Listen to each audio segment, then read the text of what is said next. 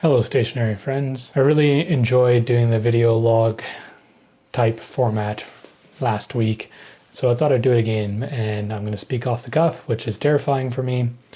And the irony being that I quite enjoy, well, I don't know if I enjoy, I'm quite comfortable with public speaking. I don't mind it. That's a skill I had to learn and train myself in through Toastmasters because I was quite anxious in public speaking.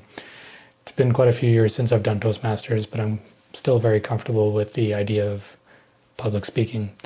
Comfortable with the level of discomfort that comes from public speaking, or that anxiety of getting up in front of a group of people and speaking. Anyhow, that was, I digress. If you're interested in getting over anxiety, if you have anxiety about public speaking, I highly recommend Toastmasters. And I think it's just a wonderful program to really help you get out of your comfort zone.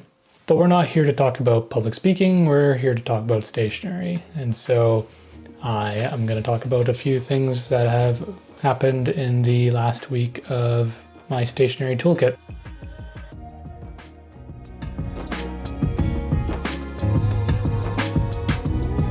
I'm always tweaking things and changing things, trying out new things when it comes to my analog toolkit. And this past week has been, well, I would say the past little while has been a little bit of a struggle in terms of keeping daily consistent usage of certain items within my toolkit, only because of some of the ongoing health issues that I've got going on, and just being able to have a little bit of downtime and dedicate time to being at the desk and whipping out my pens. I really enjoy it every single time I sit down and take out my notebook. I just love bringing out my writing instruments and being able to get my thoughts down in my notebooks. That being said, so I've been, as I mentioned, experimenting with a few different setups. I've settled on what I think is the next little while's journey in terms of notebooks, which is the Traveler's Notebook being the everyday commonplace catch-all do everything notebook, and also my sketch practice. So that's been really great. That's been really fun because it's been working out, and I just love always holding this guy in my hands.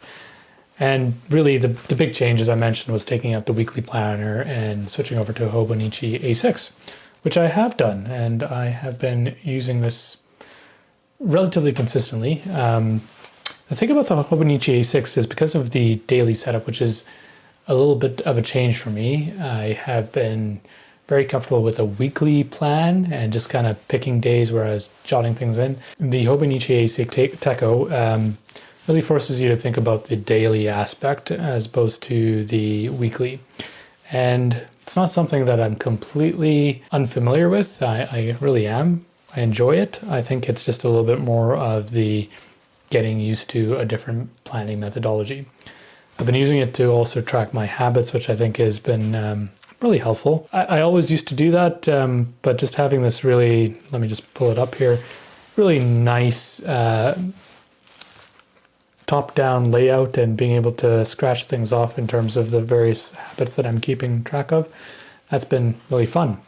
Love the monthly setup and love the fact that it's got such a small form factor, and it's all in one place.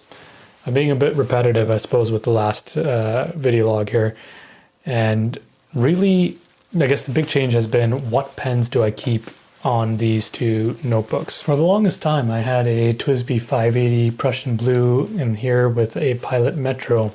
And those were my two consistent go-to pens on the Traveler's Notebook. Because I got the Hobonichi with its own dedicated leather notebook cover, the pop-up, by the way, which I will be talking about, it has allowed me to, sorry, not the Pilot Metro, the Pilot Vanishing Point. Correction, a TWSBI 580 and a Pilot Vanishing Point.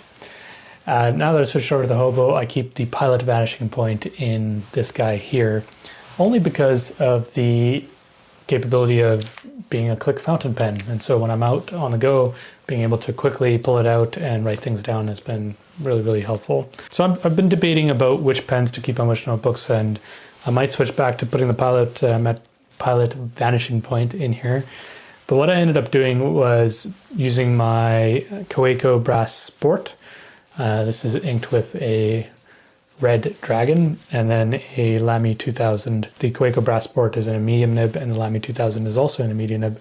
This is inked with some sort of teal right now, and I'm completely blanking on which ink that is. Either way, let me just talk about the Lamy 2000 for a second. I got this tail end of last year, December, and I really wanted to get this pen because everybody talks about the Lamy 2000 within the fountain pen world. There's lots of love for it. In fact, there is a cult-like following around this particular pen. Brian Goulet on the Pencast consistently talks about his fondness for this pen, and a lot of the fountain pen forums also talk about their love for the pen. There's also facets within the fountain pen world who are not so enamored with the pen. But either way, I was intrigued, and it was one of my grail pens to get the Lamy 2000, and so I ended up picking it up. And I had the opportunity to try it out in a fine and a medium at a store, and I couldn't make up my mind. So I wanted to try out the medium in a Lamy 2000. Now the thing about grill pens is, especially if you've been waiting a while to pick up a grill pen, you build a lot of hype around them. There's a lot of anxiety and excitement. And so when you get the pen in your hands, there's a moment of, does this actually tick the box that you're hoping it to tick? And for me, the Lamy 2000 does in a lot of ways. But there was a few surprises in there which caught me off guard. One of them being the fact that it has a high writing angle for me. I tend to be quite relaxed with my writing angle, but just the fact that I have to keep it fairly tipped up because of the sweet spot on this nib. The Lamy 2000 nib, there's lots of videos out there talking about the nibs and the unique shape. They have a very unique shape. And when it comes to the writing style, it is meant to be up. It also doesn't allow you to twirl from side to side, otherwise you lose the sweet spot, so you have to keep it fairly consistent. Now I had grand hopes of using Lamy 2000 as a long form journaling writing instrument, so I kept it next to my A5, but I found myself gravitating towards it less and less for long form journaling. Quick notes, yes, absolutely, but long form journaling, my hand would ache after a while just because of the particular position I'd have to hold it in to get that ink flow. Don't get me wrong, the nib is incredible, and that's what drew me to it. It's smooth as butter, and the medium nib in particular has a lot of ink flow to it. Quite generous. But, as I mentioned, I'm more inclined to try it out as a daily jotter for quick notes. I think that's what the pen is going to be used primarily for me. Now, given the small form factor of the Traveler's Notebook in terms of the top down and not being as generous as an A5, for example, there's less space. I tend to write with finer nibs in the Traveler's Notebook. And I've talked a little bit about how I don't think there's a one nib fits all purposes. I do think, or at least I'm a big proponent of, pick the nib size for the task at hand. So I've got a medium in the Lamy and I've put it in this guy. I think it's going to work out, but I do wonder if I had known a little bit more in terms of Lamy 2000 and how it would personally feel for me. I wonder if I should have gotten a fine instead of the medium. The reason I gravitated towards the medium was because of that ink flow. The fine I found was drier, at least the ones I tried in the store.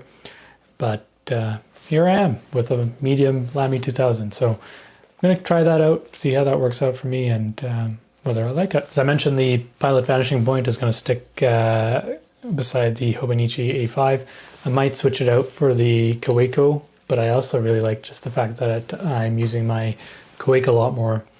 Yes, it stayed in my pocket, but I found I was bringing it out for just one or two quick things in terms of needing a pen, but now I have a consistent writer in there. So just a couple of updates in terms of my stationery toolkit, ongoings and tweaks. I want to talk about the Hobo probably a little bit next time in terms of how I've been experimenting with the use of it, and I've cut a blotting paper to size in here, but the spread from the monthly to the weekly from the monthly to the daily, I've been intrigued. I've been trying out different strategies.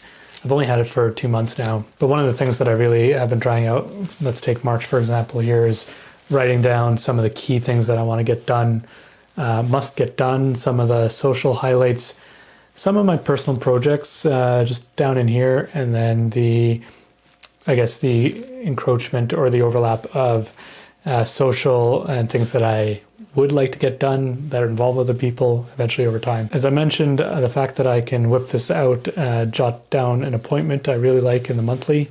So I'm trying to keep track of monthly or specific appointments and some social engagements. I also am using these little Midori clips, which I'm a big fan of. So if I flip over to the month, it's the same thing. I'm trying to, in the Hobo A6, to give you a page just with quite a few lines that's blank, and so it doesn't follow the daily format here. And so I just pick a few different priorities, my top 3 priorities, and a couple of quotes that I really want to focus in on as themes for the month. The one thing that I don't like right off the bat is the fact that the bottom space is used by these particular quotes. Some of them are amusing, some of them are really funny. A chunk of them don't really resonate with me, and I would prefer just to have the extra space. But the weird thing, as I say that, is on a daily basis, I barely use the entirety of the space, so it's just a little bit at the top here. So I'm wondering about maybe changing up some of this usage here. That's my Hobo A6 trials and tribulations of this week. On the personal side, you may have heard that there's this amazing movie out right now called Dune Part 2. And this past week, my wife treated me to the amazing experience that was Dune 2. I've read the Dune books, my favorite being Dune Messiah, and I think it's such an incredible story that Frank Herbert wrote. It's not for everybody. It's got some heavy sci-fi tropes in there, but the thing that I've always enjoyed about Frank Herbert's writing is the inversion of what a typical sci-fi trope is in terms of the chosen one. I won't spoil anything for those of you who are out there wondering if they should watch Dune 2. I think it's fantastic. Aside from the story elements, it's just an incredible cinematic experience. Denis Villeneuve has done such a great job of combining these amazing visuals in a movie that it makes you feel like you really are part of this universe that is taking place for these characters. I love Dune. So that was really cool to go check out. And I love the music as well in terms of Hans Zimmer. I'm a big fan of Hans Zimmer music generally. I love to put on my headphones and just listen to some really amazing soundtracks from Hans Zimmer. And speaking of music, I guess the one thing I should say about Dune 2 is it was really intense. I wear a heart rate monitor, and that movie experience was so intense that my heart rate monitor went off at least 2 or 3 times. So it was my heart was racing because I was so caught up in the story, and it's such a nice pace, but there's a lot of stuff going on.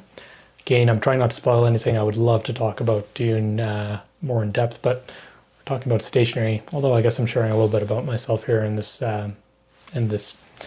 video format. But speaking of music, the other thing that my wife treated me to this past weekend was classical music in terms of the Philharmonic Orchestra here.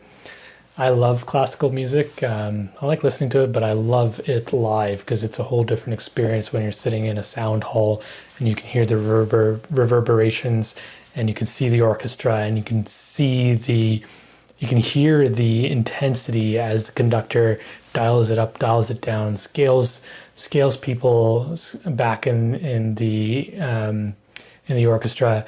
And I love it when the conductors also are so passionate about the music, they have fun with it. This one conductor in particular, he loves to turn around and just kind of smirk at the audience where he's about to surprise them. Even though the music is, most of the music at least, is from traditional composers like Beethoven and Mendelssohn and so on.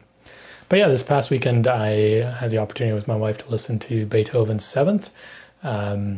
Movement number 2 is very, very famous. If you don't know what I'm talking about, I'd encourage you to check it out. It's a very famous movement. It's used in a lot of movies. It's a classic. But there was also this beautiful violin concerto by Mendelssohn, Opus 64, if I remember correctly. And the solo violinist just blew my mind about how she was playing with the orchestra behind her, and it just was amping up to quite the crescendo. Anyhow, I guess those are some personal updates that I felt like sharing. I should really come up with a title for these series, maybe something like From the Desk. I don't know. If you've got thoughts, let me know in the comments section below. Hope you're all doing well, and take care. Have a wonderful day, and bye for now.